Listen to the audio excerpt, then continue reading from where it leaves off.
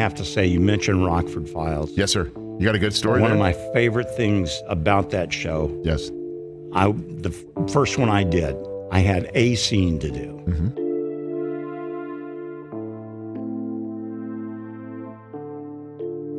There's a reason James Garner always felt so authentic on screen, because the life he lived behind the scenes was anything but ordinary. For decades, fans thought they knew him, the charming everyman who made even the toughest roles look effortless. But buried in his past are moments and confessions that reveal a man far more daring, outspoken, and unconventional than anyone realized. These aren't the typical Hollywood stories of fame and fortune. They're the small, unexpected twists that nudged him toward greatness, and the personal truths he kept tucked away until much later. Now, as long-hidden details finally resurface, we're discovering the real Garner, one far more intriguing than the roles that made him famous. A childhood shaped by violence. James's story begins in Oklahoma, right in the heart of the Great Depression, a time when everybody was just trying to scrape by. His father, Weldon Bumgarner, owned a small hardware store, and James grew up with two older brothers by his side. But from an early age, life hit him hard. When he was only 4, his mother passed away, and James always believed she died from a botched abortion. Not long after that loss, the family suffered another. Weldon's hardware store burned to the ground, forcing him to switch to carpet laying just to keep the family fed. As Weldon's drinking worsened, so did the atmosphere inside the house. He would come home drunk after long days on the job, and dinner came with a cruel condition. If the boys wanted to eat, they had to sing for him, refuse, and they'd face not only hunger, but a beating. The situation became so bad that Weldon eventually sent each son to live with different relatives, almost as if he knew he wasn't fit to raise them. But then he remarried, and with that new start came a decision to bring all his sons back home. Sadly, whatever hope existed didn't last long. The abuse not only continued, it intensified. Weldon's new wife, Wilma, whom he called Red, was just as violent, maybe even more so.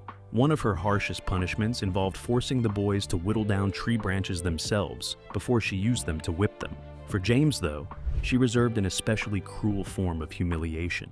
She often made him wear her dresses and makeup, mocking him for her own amusement. As James grew into his teenage years, the tension in the house kept building. By the time he turned 14, he had reached his breaking point. One night, after yet another beating, he fought back.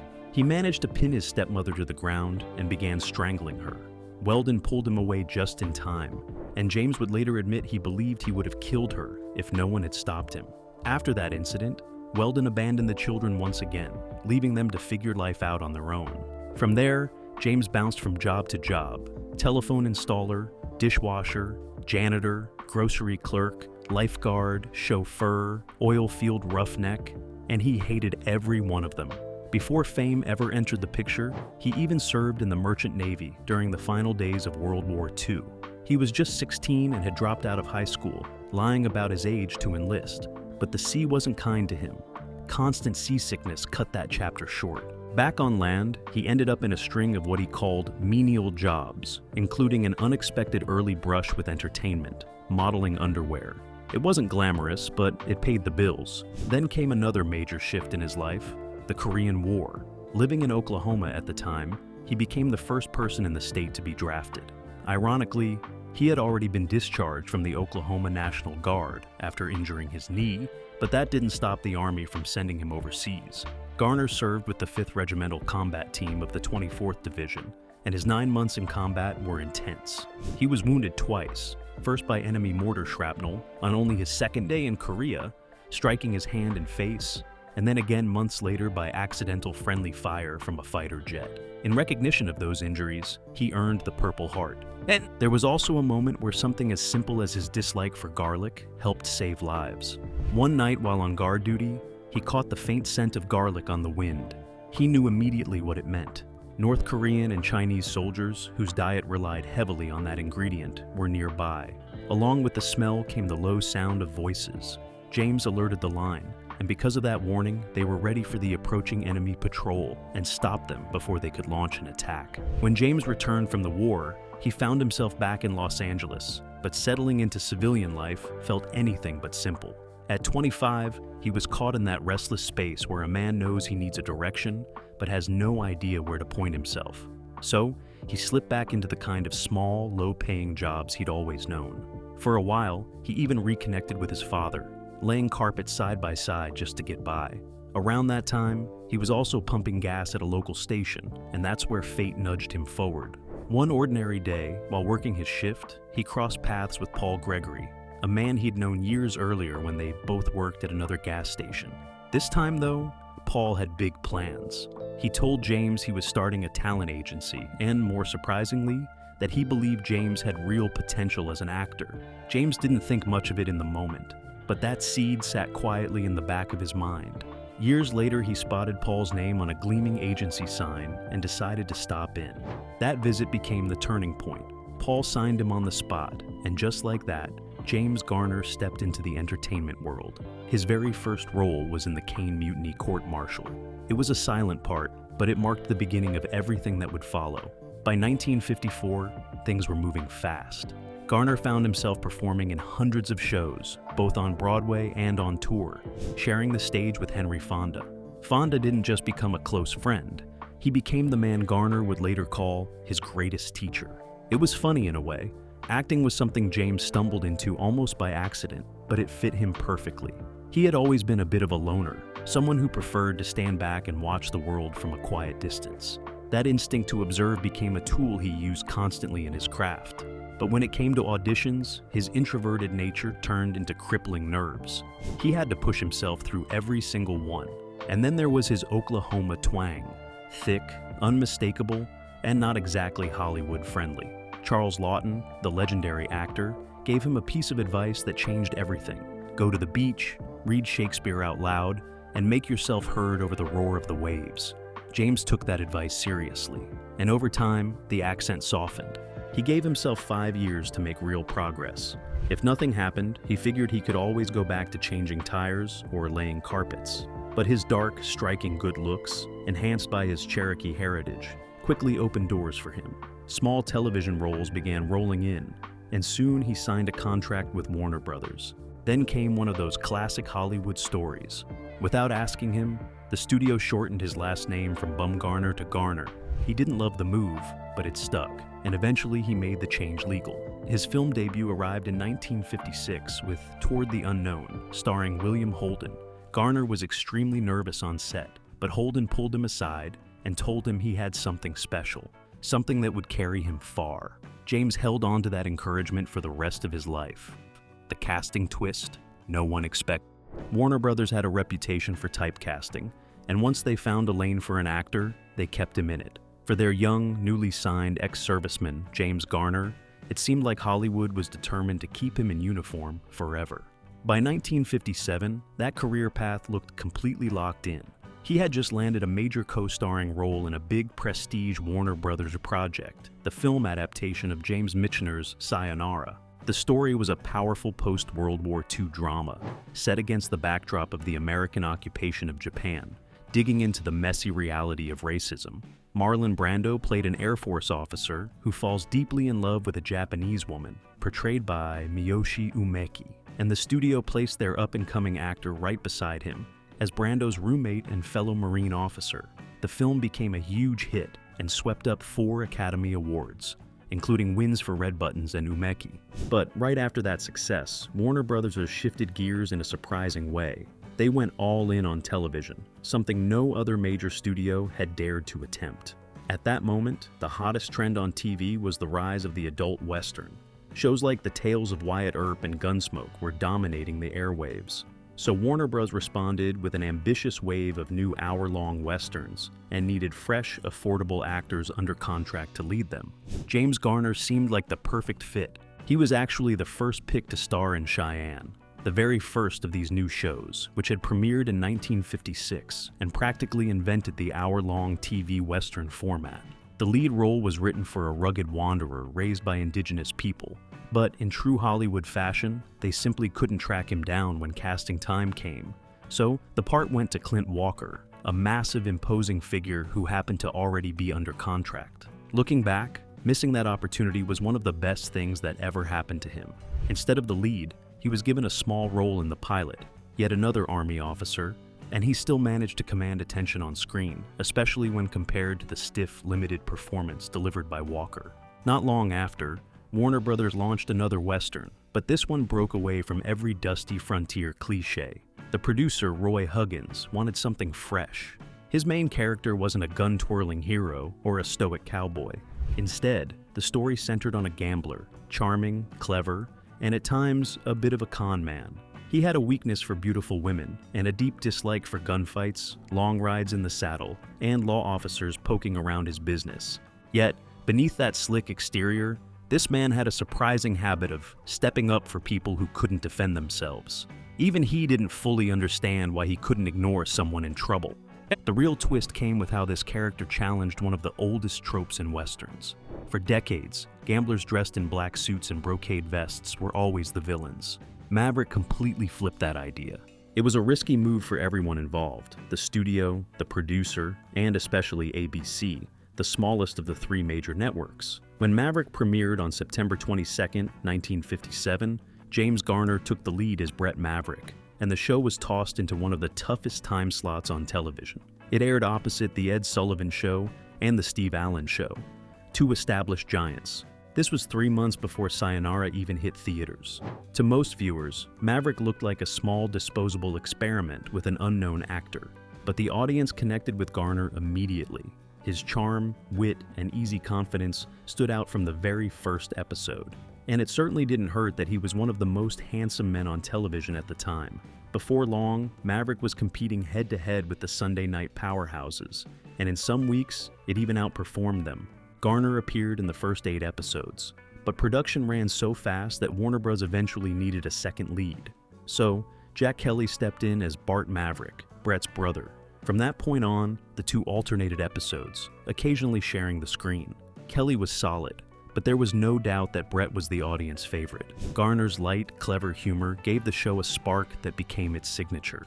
One of the running jokes fans loved involved the famous $1,000 bill hidden in the lining of Brett's coat, an emergency fund, just like his father had always told him to keep. With Maverick's growing success, Warner Brothers moved quickly to transition Garner into full-fledged movie stardom. During the show's summer break, they shot his first film lead. Once again, he was playing a soldier. This time, Major William Orlando Darby, the first commander of the Army's Elite Ranger Battalion in World War II. Garner actually landed the role because Charlton Heston had walked off set in a salary dispute. The movie arrived in 1958 and delivered a serious, grounded performance from Garner, earning a moderate box office success. The following summer, he starred in Up Periscope as a Navy frogman sent on a dangerous covert mission to a Japanese-held island. But the story was shaky at best, and not even Garner's natural charm could save it. Every rising star has a misfire somewhere along the way. His final film under Warner Brothers paired him with a young Natalie Wood and Cash McCall. Garner played a sharp, confident businessman trying to buy her father's company while also falling for her in the process. It hit theaters just after Garner's bitter, very public clash with the studio in 1960.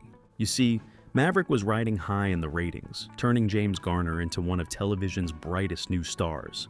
But behind the scenes, the relationship between Garner and Warner Brothers, and especially studio boss Jack Warner, was growing more strained by the day. Even though the series alternated between the two Maverick brothers, it was clear to everyone that Garner was the breakout talent. His face, his charm, his effortless delivery, he was the engine driving the show. For a while, everything seemed smooth. Garner was becoming a household name, and his popularity in the Western genre was undeniable. But in 1960, the Writers Guild strike hit Hollywood like a brick wall. Suddenly, there were no new scripts, and production across the industry froze. Maverick was no exception. Garner's contract with the studio was for a full 52 weeks. Yet, despite the show's success, he was only taking home $1,250 a week. Then, in an unexpected move, Warner Brothers decided to lay him off. Their justification was simple: no scripts, no work, and therefore, no pay. That was the breaking point for Garner. He had grown tired of being pushed around by the studio, exhausted by the endless tug-of-war with executives, and ready to do something about it. The strike gave him exactly the opening he needed. He took Warner Brothers to court, suing them for breach of contract. His case was strong, so strong that he won with almost no difficulty. The studio panicked. Suddenly they were ready to offer him more money, better terms, anything to keep their star from walking away. But Garner had had enough. While he felt deeply connected to the character of Brett Maverick, he resented how little control he had over his own career. Freeing himself from that contract meant he could finally steer his own path. If he was going to rise even higher, he wanted that success to come on his terms, not the studio's. So, he walked away from Maverick, and while it wouldn't be the last time he inhabited that universe, it marked a major turning point in his life. Warner Bros. Took a real hit losing their lead, but they weren't about to cancel a winning series. Maverick was still a major performer for their television lineup. Because the show already alternated between Garner's Brett and Jack Kelly's Bart, the studio technically still had half a functioning show. The problem was simple. Kelly wasn't the fan favorite, so Warner Brothers came up with what they thought was the perfect solution. They hired newcomer Robert Colbert, a young actor who bore a striking resemblance to Garner. Years later, Garner would describe Colbert as being coached to imitate him. Same wardrobe, same mannerisms, same energy. To avoid making him Brett's direct replacement, the writers introduced Colbert as a new brother named Brent. But the intention was clear. They were hoping viewers wouldn't notice the difference. Colbert noticed, though. He understood exactly what the studio was doing and saw how dangerous the comparison could be for a rising actor. He even joked with Warner Brothers, saying he'd rather be put in a dress and called Brenda than attempt to imitate Garner's performance. Looking to further strengthen the cast, the studio made a bold move. They brought in a new Maverick cousin, Bo, played by none other than Roger Moore, long before his days as James Bond. In the fourth season, storylines rotated among Brett, Bart, and Bo. Yet despite all the promotional photos showing the trio, they never actually appeared together on screen. While Brett and Bart had once shared episodes regularly, the writers never found a storyline that could combine all three. The format simply didn't connect with audiences the way they hoped. Eventually, both Colbert and Moore left the series. By the fifth and final season, only Jack Kelly remained, carrying the stories as Bart Maverick. And that marked the quiet end of a once iconic show. What many people don't know is that Roger Moore wasn't the studio's first choice to play Bo Maverick. Because the character had spent years abroad in England and returned with a polished British accent, Warner Brothers wanted an actor actually from the UK. Their first choice was Sean Connery. He was already on the brink of major stardom, and they even flew him out to Hollywood to persuade him. But Connery had bigger ambitions and passed on the role. Ironically, Roger Moore, who took the part instead, would later become the next James Bond after Connery. Show business has a funny way of looping back on itself. The 1960 writers' strike didn't just create trouble for Maverick. It also caused chaos for another Warner Brothers show, The Alaskans. This frontier drama followed gold prospectors in 1890s Alaska and starred Roger Moore as well. When fresh scripts dried up, Warner Brothers reached into their archives. They repurposed old Maverick scripts, changing the names, adjusting the setting, and hoping nobody would notice the recycled plots. But Moore definitely noticed. He later admitted he recognized scenes and story beats almost immediately, and it didn't take long for audiences to sense the recycled feel. The Alaskans ended after only 37 episodes. Despite the messy ending at Warner Brothers, James Garner wasn't done with the Maverick legacy. Years later, director Richard Donner set out to revive the classic story as a major feature film. He cast Mel Gibson as Brett Maverick, a natural choice given their long track record together with the Lethal Weapon movies. And in a fitting twist, the role of Marshall Zane Cooper went to James Garner himself. It was only later that Garner learned Paul Newman had been the studio's first pick, but the final casting worked beautifully. Cooper ultimately turned out to be Brett Maverick's father, allowing Garner to remain a core part of the Maverick family. The film was warmly received, with critics and longtime fans especially delighted to see Garner return to the world that had first made him famous. How Rockford quietly sabotaged its star. By the time 1974 rolled around, James Garner was stepping into what would become one of the defining roles of his career, Jim Rockford on the legendary series The Rockford Files. The opportunity came through producer Roy Huggins. Yes, the same man who helped bring Maverick to life. Huggins pitched it as a modern spin on the Maverick spirit, only now the charming renegade was reimagined as a slightly battered California private investigator. In those early episodes, Rockford even had a rule that he only took cases the police had officially closed, which was a clever hook that set the tone for the entire series.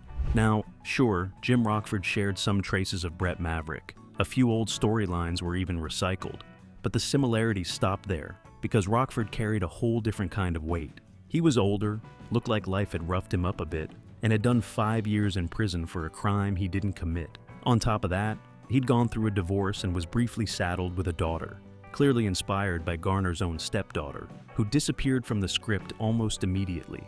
He wasn't nearly as smooth or self-assured as Maverick, and certainly not the unstoppable ladies' man. If Rockford had a default setting, it was pure exasperation.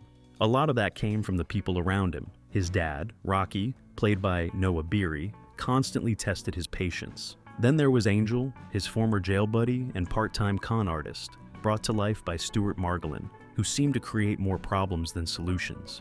Even Lieutenant Dennis Becker, his friend on the police force, and Beth Davenport, his on-again, off-again lawyer partner, had a way of pulling him into trouble as often as they helped get him out of it. Stephen J. Cannell, who was early in his career at the time, shaped Rockford into something truly unique. He lived and worked out of a beat-up trailer parked beside a Malibu restaurant parking lot. He drove an already aging blue Mustang. His wardrobe? Open-collar shirts and slightly loud semi-polyester sports coats that gave him this laid-back, lived-in look. And when someone called his number, chances were high they'd get an answering machine full of messages from creditors demanding their money. Rockford had a particular way of handling cases. He preferred trickery over violence, relying on a drawer full of fake business cards to pose as whatever the situation required: an insurance adjuster, a lawyer, anything that opened doors.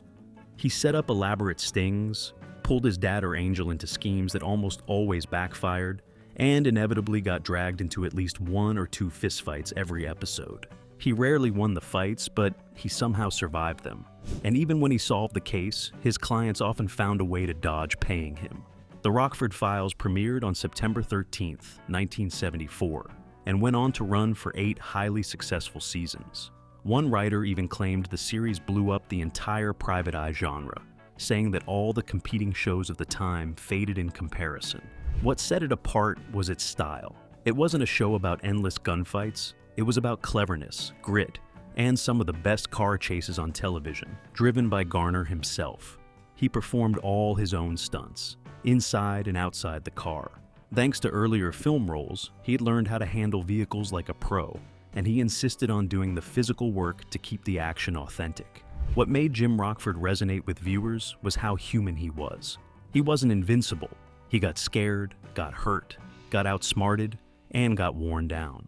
That vulnerability made him relatable, and Garner's own slightly weathered look by this stage in his career helped sell the idea of a man who'd been through enough to keep going, but not enough to break him.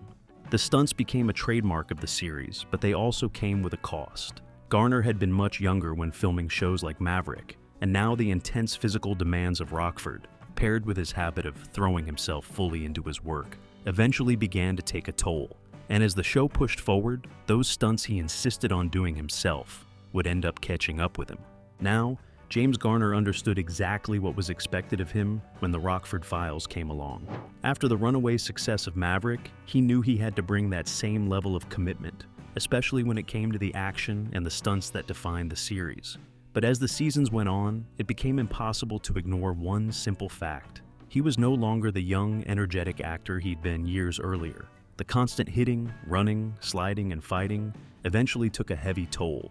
His knees and his back suffered the most, worn down by years of doing every stunt himself. And even though The Rockford Files was a major network production with safety procedures in place, there was only so much anyone could do to protect a body that had spent decades absorbing punishment. By the final season, his doctor finally stepped in and told him he had to stop doing stunts altogether. Garner didn't fight it. He knew the truth. If he couldn't physically play Jim Rockford the way the role demanded, then something had to give. When he later explained why he walked away, he described the experience like a chain reaction. One injury led to another. He would start favoring one leg, then the other, until eventually his back went. Pain medication came next, and with that came stomach trouble, and eventually depression. It was a slow, grinding cycle that left almost no part of him untouched. And the issues didn't stop at muscles and joints. He suffered from a stubborn sinus infection that lasted nearly 4 years, caused when an injury led to bone actually growing over one of his sinuses. Even medication couldn't fully dull the discomfort. He kept working through it anyway, but it was just another reminder that the role was taking more out of him than he could keep giving. Without Garner at the center of the show, NBC felt there was no reason to keep it going. So, in 1980, after 6 seasons and 123 episodes, the original run of the Rockford Files came to an end.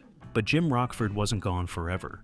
In the 1990s, the character returned for 6 television movies, bringing Garner back into the iconic role. And in between the end of the series and the first movie in 1994, Garner lived through one of the most intense stretches of his off-screen life.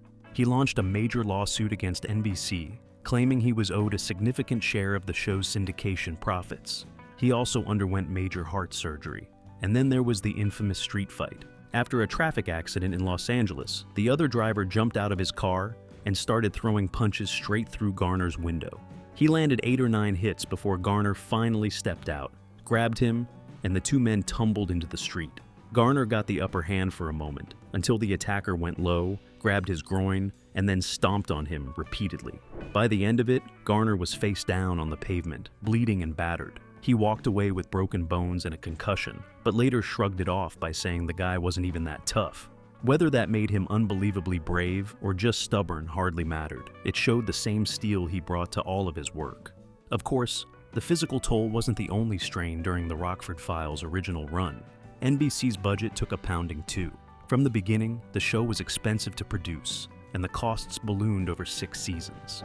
One of the biggest recurring expenses was Jim Rockford's beloved, but frequently wrecked Pontiac Firebird. The car took so much punishment in the show's iconic chase scenes that it had to be repaired constantly and replaced multiple times each season. And as the series grew more famous, higher-profile guest stars came on board, each with a price tag that added even more pressure to the budget. Garner's love of car chases didn't come out of nowhere. Back in 1966, while preparing for the film Grand Prix, he received extensive advanced driving training, and it sparked a lifelong passion. He even formed his own racing team, American International Racing, and built a respectable career on the track. That enthusiasm spilled directly into the Rockford Files, shaping the car-heavy style of the show. But of course, all those high-speed stunts only increased production costs and pushed the Firebirds closer and closer to destruction. One of the show's most charming running jokes happened right at the start of each episode. Rockford never answered his phone, so every week, viewers heard a new message left on his answering machine. Coming up with fresh, witty messages turned into such a challenge that writers opened the door for anyone in the NBC building to pitch ideas. Behind the scenes, the show was packed with major talent. Among the writers was David Chase, who would later create The Sopranos. The music was handled by Mike Post, who would go on to compose the unmistakable theme for Law and Order.